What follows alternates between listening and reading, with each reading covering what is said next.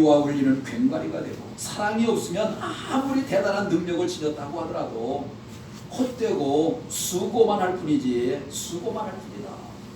그런 것입니다. 우리 사랑하며 삽시다. 이해하며 살아야 됩니다. 2절에도 그러죠. 2절 말씀을 한번 주목해 봅니다. 2절 다 같이 한번 보겠습니다. 한 목소리로. 내가 예언하는 능에서 모든 비밀과 모든 지식을 알고 또 산을 옮길 만한 모든 믿음이 있을지라도 사랑이 없으면 내가 아무것도 아니요. 아무리 대단해 보이는 헌신과 봉사가 있다고 할지라도 사랑의 바탕을 두고 있지 아니하면 자기의 생명과 삶을 아무런 유익이 없다고 하는 그런 말씀을 해주고 있는 것을 봅니다. 3절이죠. 어제 3절도 한번 같이 주목해서 보도록 합니다. 3절입니다. 시작. 내가 내게 있는 모든 것으로 구제하고 또 내 몸을 불사르게 내어줄지라도 사랑이 없으면 내게 아무 유익이 없느니라. 사랑이 없이 행하는 것이라고 하는 것은 상대를 위하는 것이 아니라 자기의 욕망, 자기의 성취, 자기의 이상의 바탕을 둔 자기 중심적인 그런 삶을 말합니다. 사랑이 없는 행위는 자신에게 이웃에게 아무런 유익이 도움이 되지 않는다고 하는 것을 이야기합니다. 서로에게 만족과 행복을 줄 수 없는 그런 것인 것을 이야기합니다. 사랑에 빠져버리면 아무것도 아닌 거예요. 아무리 희생했네, 뭘 했네, 뭐 많은 것들을 드렸네, 헌신했네 그렇지만 그게 아무 무용지물입니다. 아무런 소용이 없습니다. 사랑이란 이렇게 행하는 것이라고 말씀합니다. 삼위일체 하나님, 사랑의 관계로 일체가 되신 분이요, 우리 하나님이. 그러므로 예수님은 성부 하나님이 사랑에 대해서 이렇게 응답하고 계시고 또 말씀하고 계시는 것을 봅니다. 빌립보서 2장 6절 7절입니다. 제가 봉독해 드립니다. 그는 근본 하나님의 본체시나 하나님과 동등됨을 취할 것으로 여기지 아니하시고 오히려 자기를 비워 종의 형체를 가지사 사람들과 같이 되셨고 사람의 모양으로 나타나사 자기를 낮추시고 죽기까지 복종하셨으니 곧 십자가에 죽으심이라. 이것이 바로 사랑입니다. 이게 바로 참 사랑이에요. 죽기까지 우리를 그렇게 사랑하셨습니다. 죽기까지 우리를 그렇게 사랑하셨습니다. 이처럼 사랑이라고 하는 것은 자기 중심적인 것을 버리고 상대방을 위해서 상대의 뜻을 세워주는 그런 행동이에요. 그런 삶, 그걸 사랑이라고 그러는 거예요. 상대를 세워주는 거예요. 상대를 존중하고 상대의 인격을 세워주고 존중해주고. 이런 이런 것을 사랑에 의해서 이런 것을 바탕을 둔 행위는 오늘 본문에서 수동적인 차원에서 적극적인 차원으로 말씀을 해주고 있습니다. 오늘 본문 4절 6절이죠. 4절에서부터 6절에 나오는 말씀 한번 같이 보도록 합니다. 4절 5절 6절 말씀.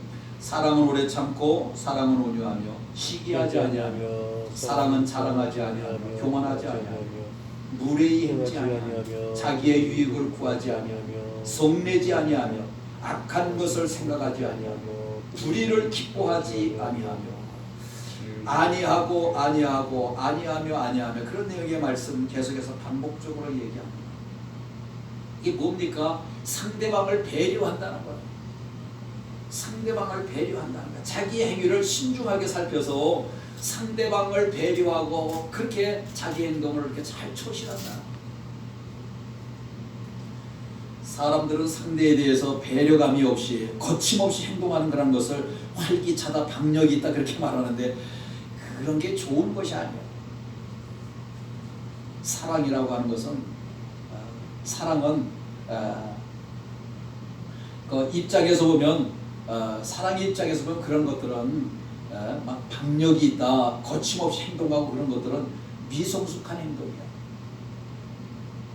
미성숙한 행동. 사랑은 나의 욕구나 처신 앞에 앞서서 상대를 배려하고 상대를 신중하게 해서 이렇게 배려하는 그러한 데서부터 시작이 됩니다.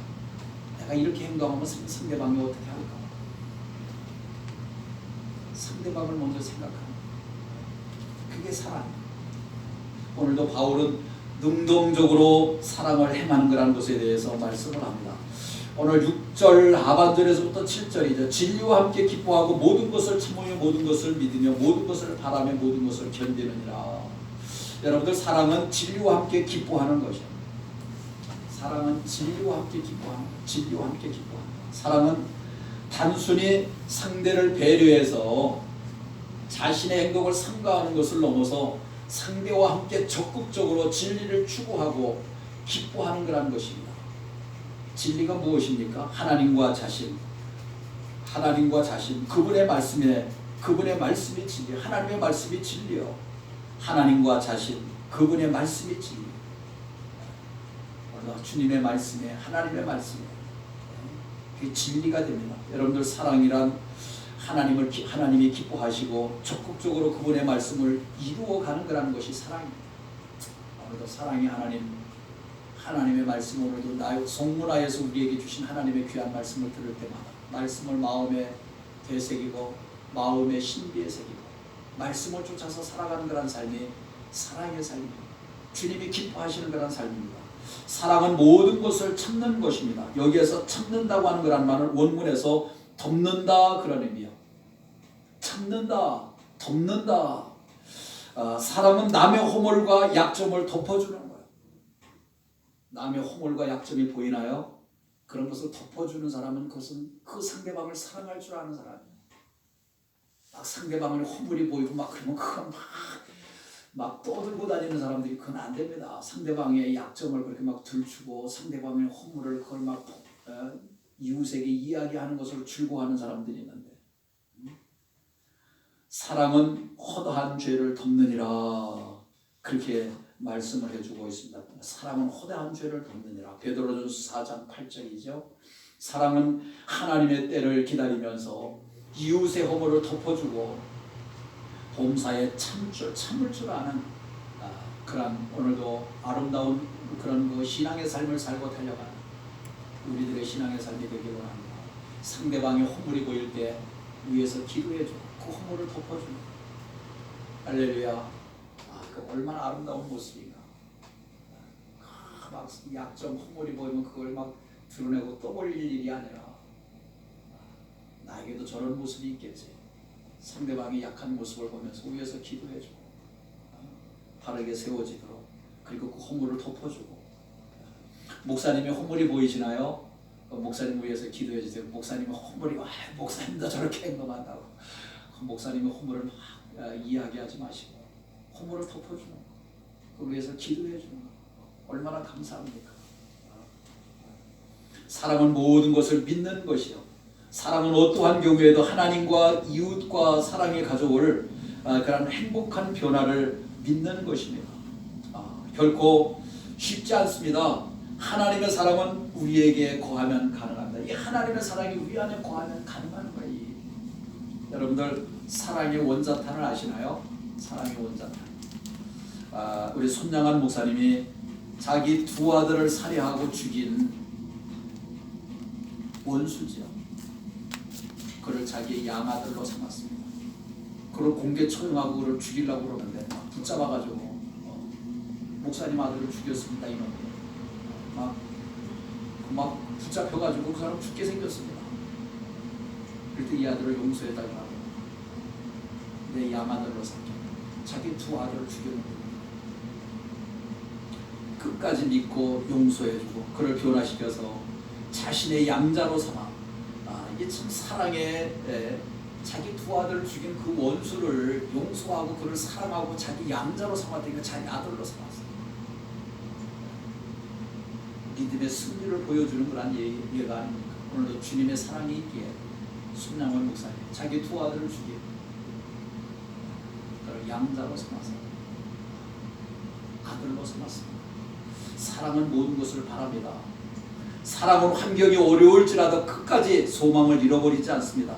어떠한 환경 속에서도 하나님을 앙망하기 때문에 항상 새 힘을 얻고 끊임없이 희망을 품고 살아갈 수가 있습니다. 소망이 있는 사람, 사랑이 있는 사람, 오늘도 사랑은 모든 것을 견디는 줄로 믿습니다. 좀 어려우십니까? 사랑으로 이기고 품고 여러분들 복된 삶을 살고 달려가는 우리 아름다운 믿음의 삶이 되기를 주님의 이름으로 축복합니다. 사랑은 어떠한 곤고나 비난이 있을지라도 넉넉하게 견뎌냅니다. 손해를 보고 분노를 일으킬지도 묵묵히 그것을 견뎌야 합니다. 나를 사기치고 나에게 거짓말하고 음해하고 마음이 큰 사람들은 다 품고 용서하고 그러더라고요. 야, 정말 쉬운 일이 아닌데 그럴 수도 있지 뭐 허허. 야, 저 마음의 그릇이 그냥 다 수용하고 품는 거야. 주님의 사랑이 있어서 그래. 어떻게 그런 사람을 용서하고 품고 그래요? 주님의 그 사랑 때문에 그 사랑을 내가 받고 입었거든요. 복음 때문에 받는 박해도 견뎌냅니다. 그래서 마침내 사랑으로 하나님께서 소망으로 영광을 이뤄내는 하나님의 영광을 받아줍니다. 결국은 그 사람이 변화됩니다. 하나님의 역사를 이룹니다. 우리나라 선교사님 그 박천록 선교사님이라고 계신데 사명이라고 하는 그가 기록한 책에 방글라데시에서 1만 명을 주님께 인도한 그런 책에 기록되어져 있는 그런 한 부분인데 방글라데시에 가서 선교사로서 귀한 일을 감당하는데 그 나라의 헌법에는 종교의 자유가 있습니다. 그런 국가이지만은 인구의 70%가 이슬람, 무슬림을 믿는 그런 나라예요. 그래서 그런 나라의 70% 이상 무슬림을 믿는 그런 나라이기 때문에 그곳에 가서 예수님을 믿고 복음을 전한다고 하는 것은 생명을 내놓아야 됩니다. 생명을 바치는 일이요. 예수를 믿는 것은 생명을 거는 그런 일이요. 그러나 여기에서 하나님의 역사로 무슬림 박해와 그 핍박 속에서 박해 속에서 교회를 세워가는 그런 이야기가 기록이 되어져 있습니다. 그 이야기를 보면 어느 날 비가 많이 와서 한꺼번에 비가 많이 와서 무슬림 사람들이 짓는 그런 눈에 물이 잠겨서 엉망이 되어버렸습니다. 교회를 다니는 사람이 그것을 지나가다가 아이고 고소하다. 선교사님 고소하지요. 선교사님한테 그렇게 난색이 그것을 내색하지를 못하고 선교사님이 교회에 들어와서 또 다시 물어보더래. 선교사님이 참 성도들이 짓궂게도 짓궂은 것 같아. 참 고소하죠. 그렇게 그냥 막 예수 믿는 사람들 박해하고 그러니까 모든 사람 다 망쳐놨어요. 나도 사실은 통쾌하다. 그러면서 선교사님이 교회에 들어와서 이렇게 웃었다 그럽니다. 그리고 3일 뒤에 선교사님이 어느 집회에 가서 집회를 하고 있는데 교회에서 급한 전화가 왔답니다. 갑자기 돌풍이 불어서 교회 지붕이 날아가고 십자가 종탑이 날아갔습니다. 교회의 지붕과 종탑이 그곳에서 가장 든든한 건축물인데 다른 그런 허름한 집들은 그대로 다 있는데 교회 지붕이 날아가고 종탑이 날아간 거예요. 참 놀라운 일이에요. 그래서 선교사님이 기도하는 가운데 하나님께서 깨우침을 주셨다는 거예요. 내 이웃이 줄이거든 먹이고 목마르거든 마시고 원수라고 할지라도 내 이웃이 줄이거든 먹이고 목마르거든 마시고. 그런데 이 선교사님은 어려운 이웃이 어려움을 당하고 있는데 그걸 통쾌하다고 웃었으니 그런 것을 깨닫게 해주셨습니다. 야, 이거 내가 사랑으로 한 것이 아니네. 말씀을 주셔서 사는 삶이 아니네. 그래서 선교사님은 이 말씀을 성도들과 같이 나누고 전하고 회개하고 이웃의 그 논에 가서 다 망가진 그런 논에 가서 그것을 복구하는 그런 일에 손발을 거두어서 가서 열심히 가서 복구 작업을 하고 그랬더니 그 핍박하던 사람들이 교회에 나오기를 시작하더라는 거예요. 사랑으로 행하니까 교회 안에서 구원과 행복한 그런 변화가 일어나게 되어졌다는 거예요. 오늘도 사랑으로